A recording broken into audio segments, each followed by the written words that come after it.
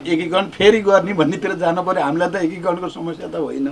नैतिक रूपले राजीनामा दिनुपर्ने कुरा प्रतिनिधि सभा पुनर्स्थापित भइसकेपछि नै हामीले भन्दै आएका थियौँ। सर्वोच्चको पछिल्लो आदेश अनुसार त झन् उहाँले 76-2 को सरकार बनिसकेपछि र हामी अलग अलग पार्टी भइसकेको अवस्थामा उहाँले राजीनामाको माग गरिरहेको परिप्रेक्ष्यमा उहाँले राजीनामा दिनु त झन् जरुरी थियो। त्यस्तो नभएको स्थितिमा अब अरू पार्टीहरूसँग सहमति गरेर एउटा निष्कर्षमा पुग्नका लागि हामी गृह कार्य गरिराखेका छौँ। 21औं शताब्दीमा जनवादको कार्यदिशा भन्ने कुरा हाम्रो एउटा प्रस्ताव हो। त्यो प्रस्ताव चाहिँ अन्तर्राष्ट्रिय कम्युनिस्ट आन्दोलनको सिंहावलोकन गर्ने र त्यसको शिक्षा के लिने भन्ने सन्दर्भमा निकालेको निष्कर्ष सम्बन्धी प्रस्ताव हो। त्यो कार्यदिशा होइन। हामीलाई अदालतले बा कुनै ज्योतिषीले मिति दिया छ र देखाइन नि त। यो संसद अबको 2 वर्ष चल्नुपर्छ भने त कुरा बुझ्नुभयो नि। त्यस कारणले त्यसलाई सुनिश्चित गर्न जे गर्नुपर्छ त्यसलाई केन्द्रमा राखेर हामीले विश्लेषण गरिराखेका छौँ। केपी ओलीले अहिलेसम्म राजीनामा दिने तत्परता प्रदर्शन गर्नु भएको पनि देखिन्न। पार्टी एकताको निम्ति अरू वातावरण बनाउनु भएको पनि देखिन्न।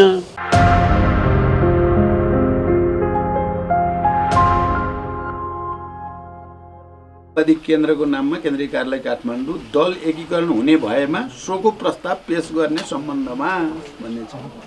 प्रस्तुत विषयमा आयोगको मिति 77/11/25 मा बसेको बैठकबाट आयोगको मिति 75/2/23 गतेको निर्णयबाट नेपाल कम्युनिस्ट पार्टी एकीकृत मार्क्सवादी लेनिनवादी र नेपाल कम्युनिस्ट पार्टी माओवादी केन्द्रको बीच एकीकरण भई बनेको नेपाल कम्युनिस्ट पार्टी नेकपा नामक राजनीतिक दल सम्मानित सर्वोच्च अदालतको मिति 77/11/23 गतेको फैसलाले बदर भएकोले अब यी दुई दलले दल एकीकरण गर्ने भएमा राजनीतिक दल सम्बन्धी ऐन 73 र राजनीतिक दल सम्बन्धी नियमावली 74 विपरीत नहुने गरी दुवै दलले आफ्नो केन्द्रीय समितिबाट दल एकीकरण गर्ने निर्णय गरी सो निर्णय सहित नयाँ दलको रूपमा एकीकरण गर्ने भएमा एकीकरणपछि बन्ने दलको नयाँ नाम र चिन्ह समेत प्रस्ताव गरी 15 दिनभित्र आयोगमा निवेदन सहित उपस्थित हुनका लागि नेपाल कम्युनिस्ट पार्टी एमाले र नेपाल कम्युनिस्ट पार्टी माओवादी केन्द्रलाई जानकारी गराउने भनी निर्णय भएको बेहोरा अनुरोध छ।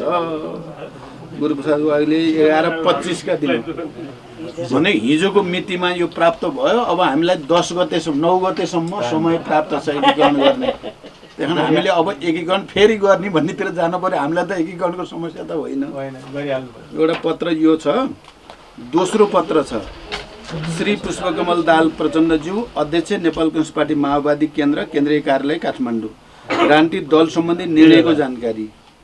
त्यो उयो होइन। यो प्रस्तुत विषयमा आयोगको मिति 77/11/25 मा बसेको बैठकबाट सम्मानित सर्वोच्च अदालतको मिति 77/11/23 गतेको फैसलाले नेपाल कम्युनिस्ट पार्टी एमाले र नेपाल कम्युनिस्ट पार्टी माओवादी केन्द्र एकीकरण भई बनेको दल नेपाल कम्युनिस्ट पार्टी नेकपा नामक राजनीतिक दल उत्प्रेषणको आदेशबाट बदर भएको हुँदा आयोगमा दर्ता नम्बर 145 मा दर्ता रहेको नेपाल कम्युनिस्ट पार्टी नेकपा नामको राजनीतिक दल खारेज गर्ने र सो दल खारेजीको जानकारी नेपाल कम्युनिस्ट पार्टी एमालेका अध्यक्ष श्री केपी शर्मा ओली र नेपाल कम्युनिस्ट पार्टी माओवादी केन्द्रका अध्यक्ष श्री पुष्पकमल दाहाल प्रचण्डलाई गराउने साथै सोही फैसला बमोजिम अलग अलग राजनीतिक दलका रूपमा साबिकै अवस्थामा कायम रहेको बेहोराको जानकारी नेपाल कम्युनिस्ट पार्टी एमालेका अध्यक्ष श्री केपी शर्मा ओली र नेपाल कम्युनिस्ट पार्टी माओवादी केन्द्रका अध्यक्ष श्री पुष्पकमल दाहाल प्रचण्डलाई दिने भनी निर्णय भएको हुँदा जानकारीको लागि अनुरोध छ भन्ने दुईटा पत्र प्राप्त भए। अब पत्रकारहरूलाई पनि पर्याप्त समाचार भयो। हाम्रो पार्टीको स्थायी कमिटीको बैठकमा हिजोकै निर्णय अनुसार विभिन्न पार्टीहरूसँग विशेषतः नेपाली काङ्ग्रेससँग जनता समाजवादी पार्टीसँग भएको वार्ताका बारेमा बैठकलाई अध्यक्ष कमरेड प्रचण्डले जानकारी गराउनुभयो र आजै पनि ती विभिन्न पार्टीका नेताहरूसँग थप वार्ता गर्ने पनि जानकारी दिनुभएको छ। दोस्रो कुरा, हाम्रो पार्टीको केन्द्रीय कमिटीको बैठक 1 गते हुने र प्रशिक्षणात्मक भेला 2 गते हुने छ र त्यो भेलामा सहभागी हुने विभिन्न तहका नेता कार्यकर्ताहरूको क्राइटेरिया मापदण्डको पनि निर्धारण गरिएको छ। र तेस्रो कुरा, हाम्रो स्थायी कमिटीको बैठकले पार्टीको अहिलेको समग्र सङ्गठनात्मक स्थितिलाई यथार्थलाई अगाडि राखेर अबको सङ्गठन निर्माणको योजनालाई ठोस रूप दिन केही दिनभित्रैमा प्रतिवेदन पेश गर्ने गरी 4 सदस्यीय कार्यदलको गठन गरेको छ। त्यो कार्यदलमा कमरेड गिरिराजमणि पोखरेल, कमरेड वर्षमान पुन, कमरेड पम्फा भुषाल र कमरेड जनार्दन शर्मा रहनुभएको छ। धन्यवाद। आजको बैठकमा पूर्वावत अवस्थामै पार्टी फर्किसकेपछि अब यहाँले चाहिँ कोलिसन सरकार बनाउनको लागि समय दिएको हो कि नभए किन यहाँले दिएको समर्थन चाहिँ सरकारलाई दिएको समर्थन चाहिँ फिर्ता लिइरहनु भएको छैन अहिलेसम्म? तपाईँको प्रश्न पनि हिजैको, मेरो उत्तर पनि हिजैकै हो। तर आज फेरि हामीले यसबारेमा थप निर्णय गरिसकेका छैनौँ। तर मैले हिजो नै भनेको छु, नैतिक रूपले राजीनामा दिनुपर्ने कुरा प्रतिनिधि सभा पुनर्स्थापित भइसकेपछि नै हामीले भन्दै आएका थियौँ। त्यस पछाडि सर्वोच्चको पछिल्लो आदेश अनुसार त झन् उहाँले 76-2 को सरकार बनिसकेपछि र हामी अलग अलग पार्टी भइसकेको अवस्थामा र हामीले उहाँले राजीनामाको माग गरिरहेको परिप्रेक्ष्यमा उहाँले राजीनामा दिनु त झन् जरुरी थियो।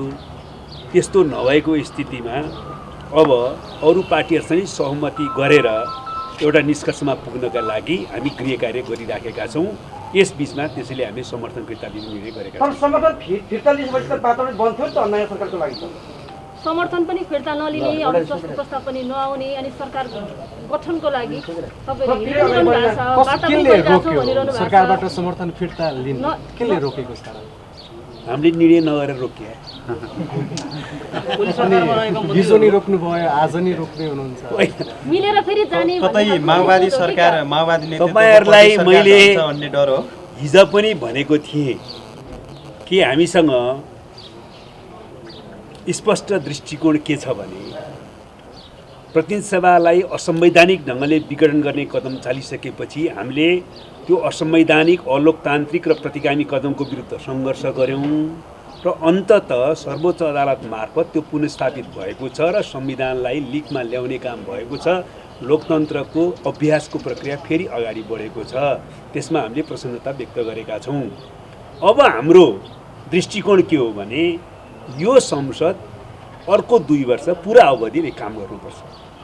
त्यस कारणले हाम्रा सबै निर्णयहरू सुविचारित हुनुपर्छ भन्ने हामी ठान्छौँ।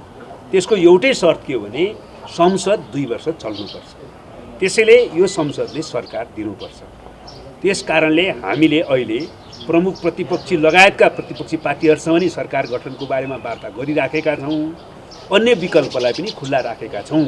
यति भनेपछि विद्वान पत्रकार मित्रहरूले कुरा बुझ्नुहुन्छ। सत्ता सहकार्य र दलहरूको बाटोलाई कार्यदल गठन गरेको हो। सत्ता सहकार्य गर्न अथवा दल होइन, कार्यदल त सङ्गठनात्मक कार्ययोजनाको पेश गर्नका निम्ति कार्यदल गठन गरिएको। अध्यक्ष दालत तपाईँको नेतृत्वमा के भने के नि भने के बनेर बनाउनु पर्यो र केही भने जस्तो मार्ग निर्देशित सिद्धान्त अब तपाईँहरू के अवलम्बन गर्नुहुन्छ? अर्को कुरा भनेको तपाईँहरूले 21औं शताब्दीको जनवाद छोडेर एमालेसँग मिसिँदा जबदलाई छान्नुभएको थियो। अब तपाईँहरू के गर्नुहुन्छ? तपाईँ कुन मिडियाको साथी? हिमालय टिभी। तपाईँको प्रश्न गलत भएको हुनाले उत्तर त मैले सच्याएर मात्रै दिन्छु।